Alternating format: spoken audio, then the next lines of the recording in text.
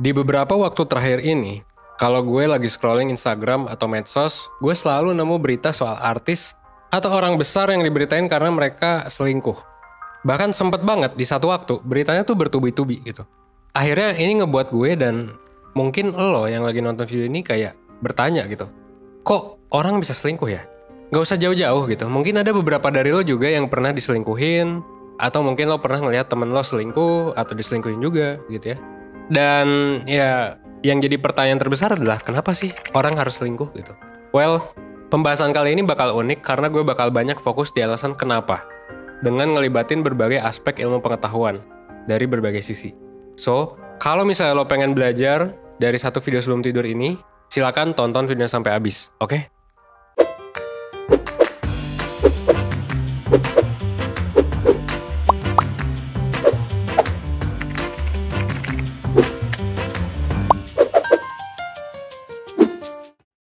Nah, sebelum ngomongin penjelasan, gue mau ngomong soal data persentase orang yang selingkuh di muka bumi ini.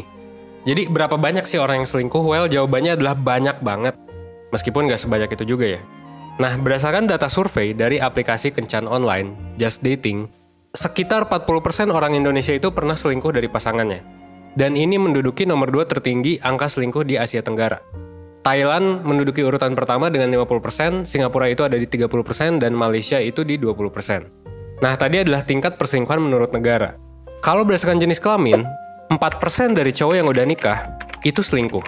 16% dari cowok yang tinggal bareng, dan 37% cowok yang lagi pacaran itu pernah ngelakuin seks bukan bersama pasangannya. Salah satu kategori yang termasuk selingkuh. Sementara kalau cewek itu 1% cewek yang nikah, 8% cewek yang tinggal bareng, dan 17% cewek yang lagi pacaran itu pernah selingkuh. Dan definisi selingkuh di sini adalah berhubungan seks ya, dengan orang yang bukan pasangannya. Apakah ada definisi lain dari selingkuh? Ya ada. Tapi pasti pernah juga dilakuin sama si persenan ini, atau bahkan di luar dari persentase ini.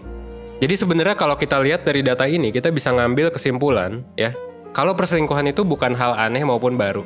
Tapi emang belakangan ya banyak di berita aja sih, gitu. Dan ini udah terjadi sih dari zaman Fir'aun ya, dari zaman Yunani. Ya perselingkuhan tuh udah terjadi dari zaman dulu gitu. Nah kalau ngomongin alasannya sebenarnya banyak, tapi gue bakal fokus ke ilmu evolusi ya, dan hubungannya dengan konsep monogami, atau ya satu pasangan doang. Kalau poligami kan poli ya, kalau mono tuh satu gitu. Nah jadi monogami itu kondisi dimana kita cuma punya satu pasangan. Topik ini menarik banget dan gue pernah nonton di salah satu video Fox sama Netflix, dan gue bakal singgung sih beberapa argumen dari video itu yang bakal ngedukung pembahasan gue di video ini. Jadi ada buku yang namanya itu Designer's Relationship gitu ya. Di buku itu, monogami itu sebenarnya dibedain jadi 4 tipe. Ada seksual, ada sosial, ada struktural, dan emosional. Nah ini pembahasannya sebenarnya bisa panjang. Nah kalau misalnya lo tertarik, silakan komen aja ya. Kita bisa buatin video terpisah. Nah biasanya, kalau kita coba tanya orang-orang yang saat ini berpasangan, kenapa mereka menikah gitu atau pacaran, gak jarang kita dengar jawaban ya karena gue sayang sama dia, atau karena gue mau sama dia, atau misalnya karena gue dan dia sama-sama pengen bangun rumah tangga bareng. Ya, which sebenarnya itu normal banget ya. Dan gue sebenarnya ikut seneng juga sih kalau lo punya sosok yang lo pengen bareng-bareng gitu seumur hidup lo. Tapi di saat yang bersamaan, ada asumsi yang terbentuk kalau sebenarnya rasa sayang atau konsep love dan komitmen itu bisa banget muncul kalau lo ada di hubungan yang monogami. Asumsi ini nggak salah juga, tapi sebenarnya beda banget dibandingkan ya gimana manusia zaman terdahulu berperilaku.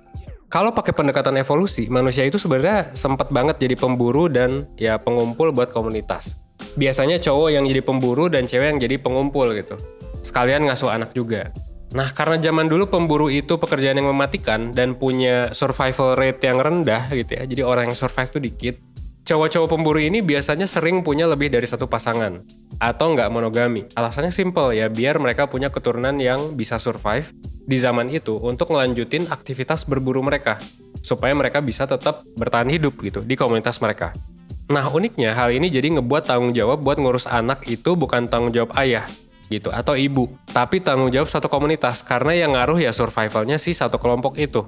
Beda sama sekarang. Kalau sekarang ngurus anak adalah tanggung jawab ayah sama ibu aja. Gitu karena kita udah nggak berkelompok lagi kan. Udah hidupnya ya individual aja gitu, individualis. Nah, jadi itu adalah narasi pertama. Dulu itu manusia ya poligami karena alasan survival. Jadi mereka dulu nggak melakukan monogami. Nah, narasi berikutnya juga datang dari data yang gue singgung di awal. Kita bisa lihat ya, kalau cowok itu secara data emang lebih sering buat selingkuh ya, karena secara biologis kita ya sebagai cowok, gue juga, kita produksi sperma setiap saat. Karena memang ya secara biologis seperti itu. Beda sama perempuan yang memang harus memilih gitu ya, mungkin cenderung memilih buat lebih eksklusif. Karena mereka cuma bisa memproduksi sel telur itu 1 bulan sekali. Jadi kalau dari sel telur itu menghasilkan bayi, secara langsung ya si ibu dan bayi itu punya hubungan genetik. Beda sama cowok yang perlu dulu dicek hubungan DNA-nya sama si bayi. Dengan narasi kayak gitu, sebenarnya nggak heran kalau monogami di sini muncul dengan alasan simpel. Ya cewek itu butuh keamanan dan juga jasa ya buat dirinya dan si bayi, dan si cowok itu membutuhkan partner seksual. Makanya pernikahan monogami muncul karena pertukaran tadi. Kalau misalnya kita lihat dari ya sudut pandang biologis ya. Dari sini juga kita bisa ambil kesimpulan kalau konsep pernikahan monogami ini jauh banget hubungannya dengan kata cinta dan komitmen. Bisa jadi buat survival, buat dapat layanan gitu ya. Bahkan di zaman kerajaan dahulu pernikahan itu ya kayak di luar kata cinta dan komitmen, buat ya nyatuin kerajaan aja dan biar keturunan lo bisa tetap menguasai kerajaan gitu. Dan kalau lo familiar sama kisah Kaisar Roma gitu ya, Mark Antony, itu kan dia nikah sama Ratu Mesir, Cleopatra.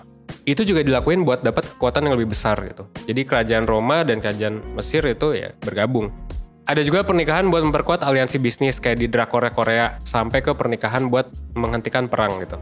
Sama juga kayak di Game of Thrones ya, pernikahan tuh bisa bikin perang atau bisa ya bikin damai. Tapi seiring berjalannya waktu, ya mulai muncul konsep bahwa pernikahan tuh perlu terjadi atas dasar cinta, dalam tanda kutip cinta. Latar belakang ini kalau gue jelasin sebenarnya bakal panjang, tapi ya singkatnya adalah gini. Jadi ketika ilmuwan yang belajar soal evolusi dan biasanya didominasi oleh laki-laki itu bermunculan, sebuah konsep di mana cowok dan cewek adalah sosok yang melengkapi satu sama lain itu mulai muncul.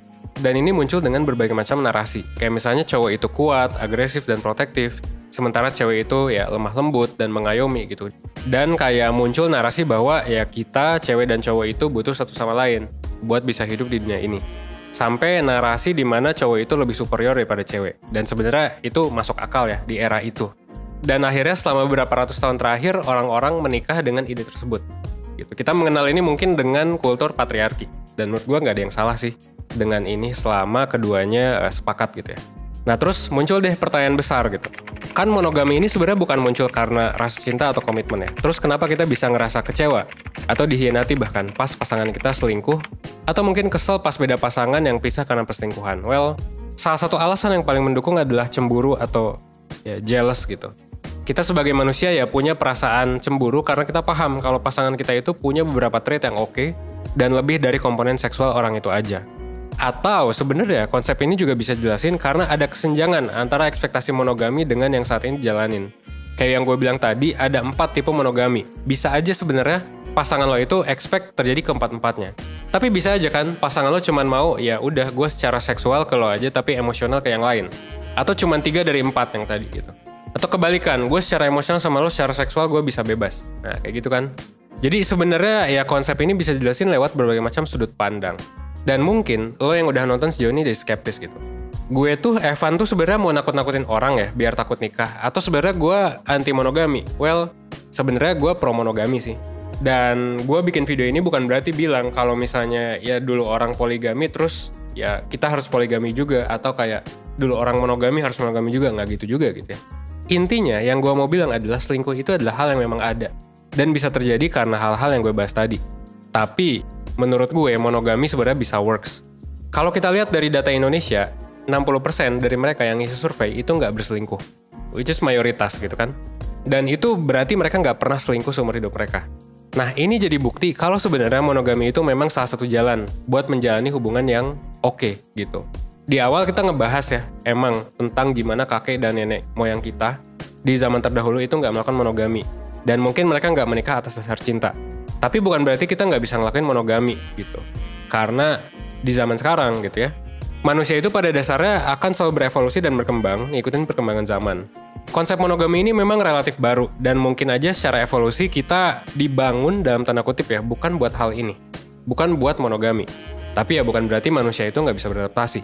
Tentunya ini yang jadi PR buat kita semua. Karena konsep ini termasuk baru, gitu ya. Maka emang butuh usaha lebih dari kedua belah pihak, karena balik lagi ke prinsip hubungan manusia, lo butuh 2 orang buat kerjasama menjalani dan membina sebuah hubungan. It takes two to tango gitu. Ada istilah kayak gitu ya. Caranya gimana? Ya lo bisa mulai dengan pelajari nih apa-apa aja yang sebenarnya dibutuhin biar sebuah hubungan itu bisa berjalan dengan sehat dan ngasih dampak positif ke diri kita dan pasangan. Kayak belajar komunikasi lah, belajar empati, love language. Ini semua bisa lo dapetin di konten-kontennya 1%, baik yang gratis di YouTube maupun yang berbayar di webinar. Gitu ya. Ada tes psikologi juga gratis gitu. Banyak lah dari resource-nya dari 1% buat lo belajar. Nah buat lo yang jomblo dan pengen punya pasangan tapi ngerasa ada masalah, ya itu juga lo mesti belajar ya. Itu baik lo yang punya pasangan maupun yang belum. Karena basically kan kita nggak pernah belajar tentang hal ini ya di sekolah. Nah makanya menurut gue saranin nih buat lo yang ngerasa lo butuh belajar, saran gue lo coba ikut webinar atau lebih bagus lagi lo ikut mentoring gitu. Kenapa? Karena ketika lo ikut mentoring lo bakal dibantu nih buat mengasah kemampuan apa aja yang dibutuhin supaya lo bisa ya dapetin gebetan, supaya lo bisa hubungannya oke, supaya lo nggak terjebak sama toxic relationship. Apalagi kalau misalnya lo jadi korban perselingkuhan lah, terus lo jadi trust issue dan lain sebagainya, sampai mungkin lo jadi nggak pede, insecure, mungkin sampai nyakitin diri sendiri juga. Tapi kayak lo tetap bisa belajar kok gitu, entah itu ke mentor atau ke psikolog. Dimana nanti bakal ada psikotes juga, lo bisa tahu, oh tingkat kesehatan mental gue sekarang kayak gini, kepribadian gue sekarang kayak gini, oh ternyata minat gue ke depannya kayak gini. Nah itu bakal bisa diketahui dari sesi mentoring atau counseling. Semua info soal produk 1% itu dan layanan itu bisa lo pelajari lebih lanjut, ya tinggal langsung aja klik 1%.net atau lo bisa klik link di description box. Dan jangan lupa, kalau memang mau beli produk kita atau layanan kita, jangan lupa untuk masukin kode ini ya, karena lo bisa dapet diskon khusus buat lo yang nonton sampai habis. Nah, akhir kata, gimana nih pendapat lo setelah nonton video ini? Menurut lo, apakah semua orang bakal selingkuh pada akhirnya? Atau sebenarnya kita bisa monogami? Well, gue tunggu komen lo di bawah. Dan akhir kata, kalau misalnya lo ngerasa lo butuh curhat, lo butuh solusi, lo butuh belajar, gue, Evan, sebagai mentor 1%, menunggu lo di layanan mentoring 1%. Langsung aja daftar sekarang di link yang ada di description, oke? Gue Evan dari 1%, well, thanks.